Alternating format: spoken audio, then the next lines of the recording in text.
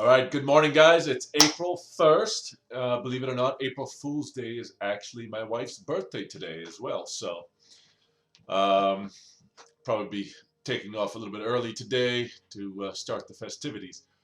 But I quickly, if you saw, I did a video about, I did a video on, what was it, March 27th, when Bitcoin punched through the 200-day moving average. And I had mentioned to you that, all right, now that it's punched through, it's a very good sign. And based on years and years of watching these charts, I expected it to punch through and kind of fall back down, which is exactly what it's done. Now, what we really need to pay attention to is whether or not it kind of bounces off or stays close to this 200-day moving average.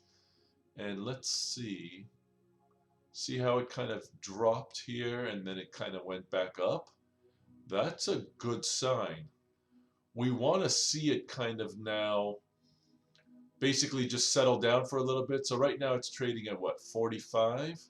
We want to kind of see it now hovering between, let's say, 43,000 and 46, somewhere around there, 45, 46 or whatever.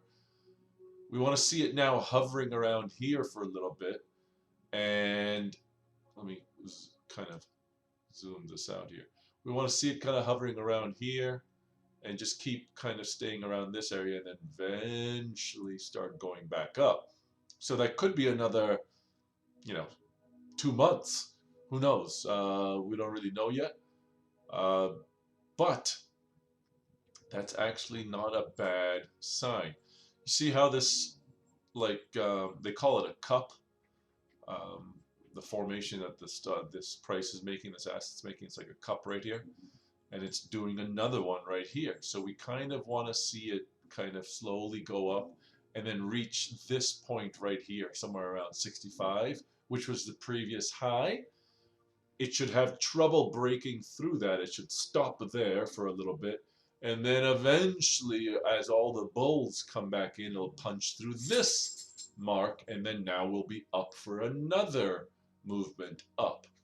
So this is kind of how these stocks, over years and years of watching this is how they move up. So basically, had a nice rise. Some of the people who wanted to cash out sold, so the stock price drops to a point where all the sellers have disappeared, the buyers come in again, and then it starts to kind of slowly move up. Again, what happened? Got to the top.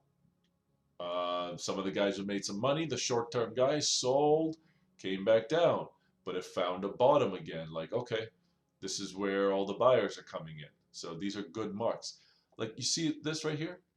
See at the bottom that the volume increased? The volume increased from the selling side, the red marks, and it started to increase from when the stock price started to do well with the blue, on the chart.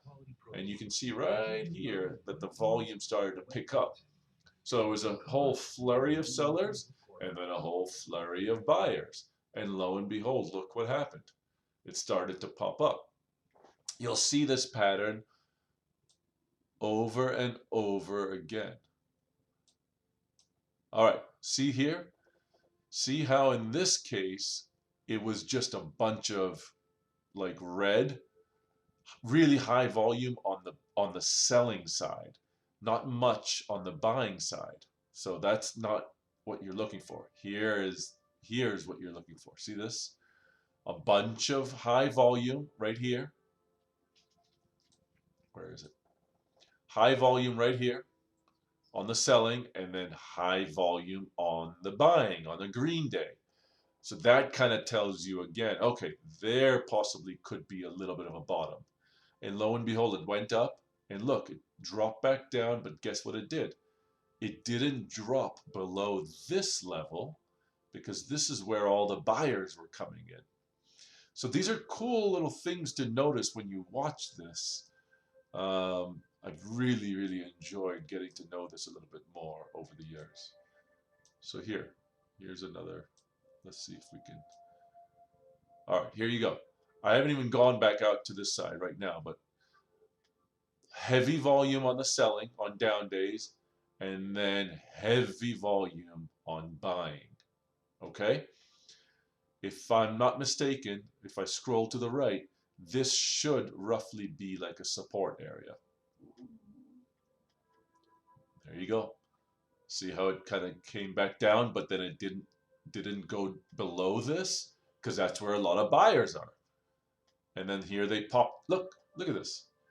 Big high volume on green. Again, big high volume on green day here. Right around the same mark where all the buyers came in last time. They came in again right here. Okay?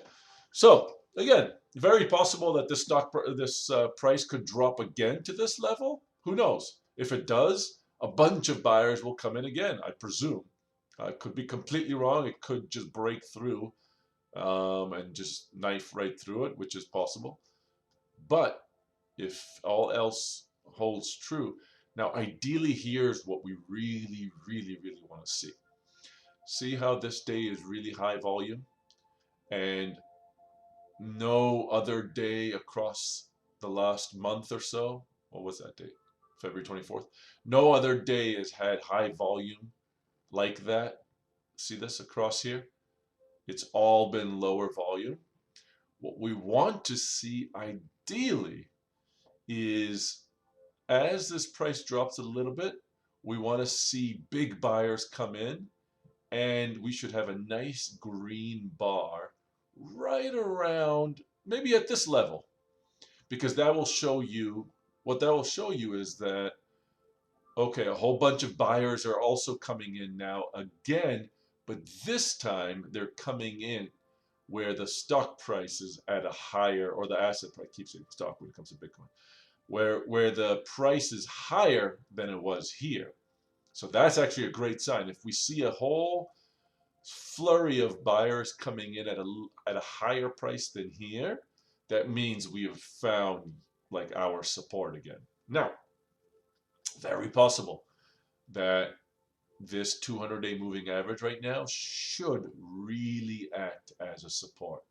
I would not be surprised at all if we watch Bitcoin now kind of sitting around this area for a little bit. So if you're looking to buy and you like what's going on, I would continue to watch this for the next week, 2 weeks, 3 weeks, 4 weeks, 5 weeks. You know, it could be a little while. And if it continues to stay around this 200-day moving average, that kind of tells you, especially if we've had a bunch of negative news or positive news or anything about Bitcoin or cryptocurrencies, and it kind of stays around this 200-day moving average, that seems to be our new support, that people have all the consensus of people all over the world and everywhere have agreed that, hey, this is the price equilibrium. That's another way that they say it. This is the discovery of the new price that everyone seems to be agreeing with, the sellers and buyers. That's basically all these charts are. It's showing you the difference between buyers and sellers, and when it starts to just kind of accumulate and consolidate, they call it, at a certain level, that's where the buyers and sellers are kind of matching each other. And that's usually what happens with these prices. So if it stays at around this level for a little while, that could be a great opportunity for you to be, adding to your position if you're long-term bullish on Bitcoin. All right. I hope you guys enjoyed that. Like I said the other day, I was kind of watching for this to bounce or to drop back down. It's done exactly that. Now I want to see it ideally stay above this market, 200-day mark. Now another thing, I haven't even talked about this yet, but this right here, you see this crossover of the green 13-day moving average going over and crossing through the purple 50-day moving average? That's a very, very bullish sign. That means the short-term trend is starting to be more bullish than the little bit of a longer-term trend. Now, ideally, this is why I track the 13-day, 50-day, and the 200-day, because we want to ideally see the 13-day punch through the 200-day, which look, it tried right here. See this? It tried, but it didn't get through. So this tells me that we're going to kind of consolidate for a little bit now. We want to see it punch through, just like it punched through here. We want to see it punch through the 200-day moving average, and then slowly the 50-day moving average should follow as well. And if that happens, that confirms the nice trend. Like if you see some of these trends here as they punch, through, man, how about this? When the pandemic happened, Bitcoin was down to what, 5,000? If I was more committed back then, oh, bugger. But whatever. Shit happens and you live and learn. All right. So, anyway, I hope you guys enjoyed that.